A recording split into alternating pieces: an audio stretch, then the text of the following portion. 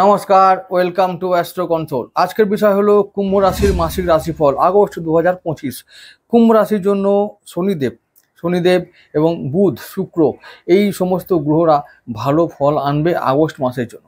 তাহলে আগস্ট মাসে সম্ভাবনা ও সুযোগ কুম্ভর জন্য একাধিক আসছে এবং একাধিক রাজযোগ ঘটছে এবং শুভভাবে ঘটছে।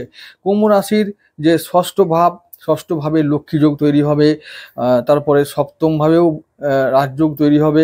এই মাসে এইগুলো হবে।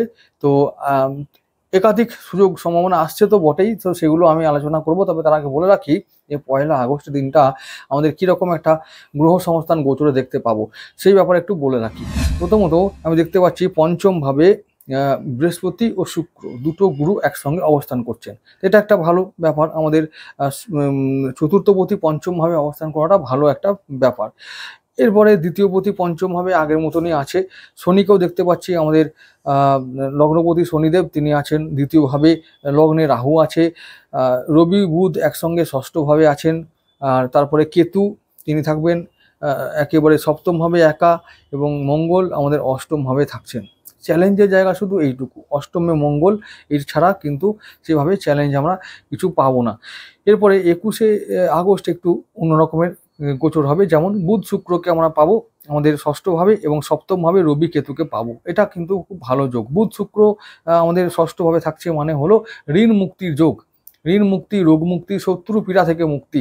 আর ষষ্ঠভাবে লক্ষ্মী যোগ মানে এইগুলোই, এই সম্বন্ধে ভালো রেজাল্ট আমরা পাবো, মানে এই সংক্রান্ত বিষয়, শত্রু পীড়া, তারপরে ঋণ, মামলা মকদ্দমা, এই সমস্ত জায়গা থেকে আমরা ভালো ফল পাবো। এবারে আলোচনা করব আমরা লগ্নভাব থেকে, একেবারে লগ্নভাব থেকে দ্বাদশ ভাব পর্যন্ত প্রত্যেকটি বিচার আমরা কিভাবে ফল পাবো, কি আশা এবং কি সম্ভাবনা সুযোগ আসছে আগস্ট মাসে কুম্ভ রাশির জন্য, এগুলো একটার পর একটা আলোচনা করছি বিস্তারিতভাবে। লগ্নপতি আমাদের শনিদেব এবং দ্বাদশপতি শনিদেব তিনি আছেন আমাদের দ্বিতীয়ভাবে আগের মতনই। তো তিনি বক্রী আছেন, তাহলে কি হচ্ছে, শরীর স্বাস্থ্যের দিকে অবশ্য নজর রাখতে হবে। এটা হলো একরকম চ্যালেঞ্জ।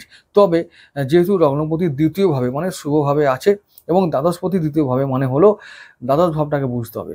দ্বাদশ ভাবটা বললাম অনেক ইনভেস্টমেন্টের জায়গা। দূর থেকে কোনো সম্ভাবনা বা বিদেশ থেকে কোনো সম্ভাবনা বা প্রবাস থেকে কোনো সম্ভাবনা বা সুযোগকে ইন্ডিকেট করে। এবং অনেকে এটা বলে ব্যয় ভাব, খরচের জায়গা, হসপিটাল, রোগ, অ্যাক্সিডেন্ট, এইসব ভাবকেও বোঝায়। কিন্তু যেহেতু শনি আমাদের লগ্নপতি, তাই তিনি এইভাবে যে দুষ্প্রভাবগুলো আছে বা কুপ্রভাব বা কুফলগুলো আমাদের আছে সেগুলো আমরা কম পাবো।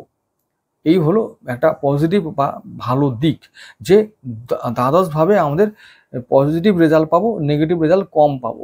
তাহলে বলতে পারি এটা জোর গলায় যে এই দ্বাদশপতি যেহেতু সঞ্চয় স্থানে আছে, ধনস্থানে আছে, দ্বিতীয়ভাবে আছে, তাহলে আমরা বলতে পারি যে দূর থেকে আমরা ইনকাম করে সঞ্চয় করতে সক্ষম হব। দূর থেকে কোনগুলো, যারা বিদেশে আছো অলরেডি, বিদেশে গিয়ে কর্ম করো অলরেডি, যারা বিদেশে গিয়ে কর্ম করতে চাও, তারা বিদেশি কোম্পানির সঙ্গে যাদের সংযোগ আছে, যাদের সম্পর্ক আছে, বিদেশি মুদ্রা বিনিয়োগ করলে, বিদেশি দ্রব্যে বিনিয়োগ করলে, এক্সপোর্ট ইম্পোর্টে ব্যবসা বাণিজ্য করলে, শেয়ার মার্কেটে এবং বিদেশি মুদ্রা, এটাও বলেছি। তাহলে এই সমস্ত জায়গায় যারা ইনভেস্টমেন্ট করবে বা যারা ব্যবসা বাণিজ্য বা কর্মের সঙ্গে যুক্ত আছো, তারা এই মাসে সঞ্চয় করতে পারবে এবং এই দ্বাদশ ভাবে থেকে পজিটিভ ফল পাবে শনির দ্বারা।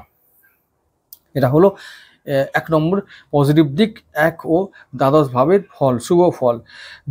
এবারে বলবো দ্বিতীয়পতি আর আমাদের একাদশপতি তিনি আছেনই পঞ্চমভাবে। তাহলে সন্তানের জন্য, সঞ্চয়ের জন্য, শিক্ষা ও প্রেমের জন্য ভালো ফল আমরা পাবো এবং আয় বৃদ্ধি হবে।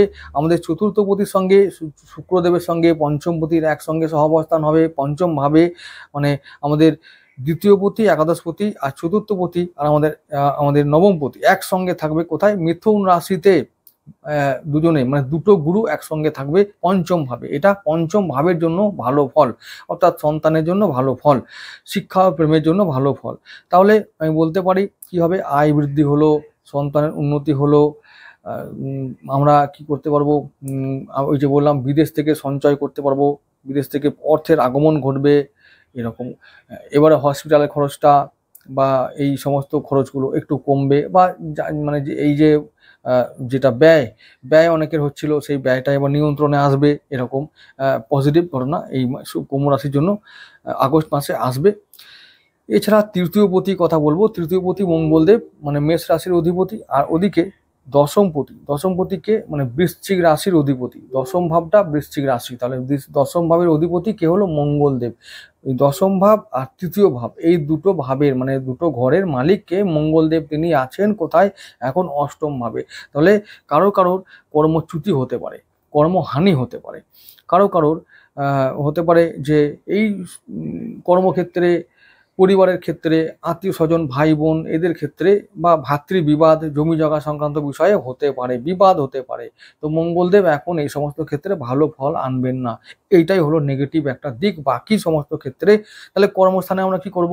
কর্মস্থানে আমরা যদি কখনো চাপ বা প্রেশার অনুভব করি, তাহলে প্রেশারটাকে মাথা ঠান্ডা রেখে হ্যান্ডেল করতে হবে। যেহেতু তৃতীয় ভাবটা আমাদের মানে সহকর্মী, আত্মীয় স্বজন, ভাই বোন, পড়শি, পাড়াপড়শিদের কথা বলছি, তো এই সমস্ত ভাবকে ইন্ডিকেট করে, তাহলে বলবো এদের সঙ্গে এখন কোনোভাবে বিবাদ করা যাবে না। এইটাই হলো এখন আমাদের এই নীতি নিয়ে চলতে হবে, এটা চ্যালেঞ্জ। বাকি সমস্ত দিক থেকে আমরা কিন্তু সুযোগ ও সম্ভাবনা পাবো। তাহলে চতুর্থপতি আমাদের শুক্রদেব, আর নবমপতি ভাগ্যপতি শুক্রদেব, তিনি পঞ্চম ভাবে আছেন। তাহলে গৃহে উন্নতি, পরিবারে উন্নতি, গৃহে জমি বাড়ি বাহন এসব লাভ হবে। এছাড়া চতুর্থপতি পঞ্চম ভাবে মানে হলো যে সন্তানের উন্নতি, সন্তানের শিক্ষায় উন্নতি, সন্তানের শরীর স্বাস্থ্যে উন্নতি, প্রেমে উন্নতি, ইনভেস্টমেন্ট করলে লাভ হবে, প্ল্যানিংগুলো কার্যকরী হবে। তো এরকমই অনেক যে যারা পরিকল্পনা করেছিল ভবিষ্যৎ সম্বন্ধে, যেটা পরিবারের সংক্রান্ত বিষয় হতে পারে, সন্তানের জন্য হতে পারে, কর্মের জন্য হতে পারে, ব্যবসার জন্য হতে পারে, এই সমস্ত পরিকল্পনাগুলো এবার একটু একটু করে সাকার হবে, মানে সফল হবে, সাকসেসফুল হবে, পরিকল্পনাগুলো এবার ফুলফিল হবে। গৃহে উন্নতি, কেউ কেউ বাড়ি গাড়িও কিনতে পারে, ভাগ্যে এবার বাড়ি গাড়ির লাভ হবে। তাহলে ভালো একটা ফল আমাদের শুক্রদেব আগস্ট মাসের কুম্ভ রাশির জন্য দিয়ে যাবে। এরপরে আমি বলবো পঞ্চমপতি ও আমাদের অষ্টমপতি বুধের কথা। তিনি পঞ্চম ও অষ্টম ভাবে কারো কথা করছেন, দিয়ে আছেন তিনি এখন ষষ্ঠ ভাবে। তাহলে বলবো যে যারা সন্তানের জন্য চেষ্টা করছো, লোন নেবে শিক্ষার জন্য, যারা এমনি নিজের শিক্ষার জন্য বা উচ্চশিক্ষার জন্য লোন নেবে এরকম চিন্তা ভাবনা করছো, তাদের জন্য ভালো ফল। শিক্ষায় উন্নতি হবে, লোন নিলে সে শিক্ষাটা আমরা সম্পূর্ণ করতে পারবো এবং শিক্ষায় আগামী দিনে আমরা উন্নতি করতে পারবো, ভালো ফল পাবো। তাহলে সন্তান ও নিজের শিক্ষা, এটাও ভালো ফল, এই জন্য লোন নিতে পারি আমরা, লোন পাবো এবং লোন থেকে পরবর্তী জীবনে মুক্তিও পাবো, লোন বা ঋণ শোধ করার সুযোগ পাবো এই মাসে।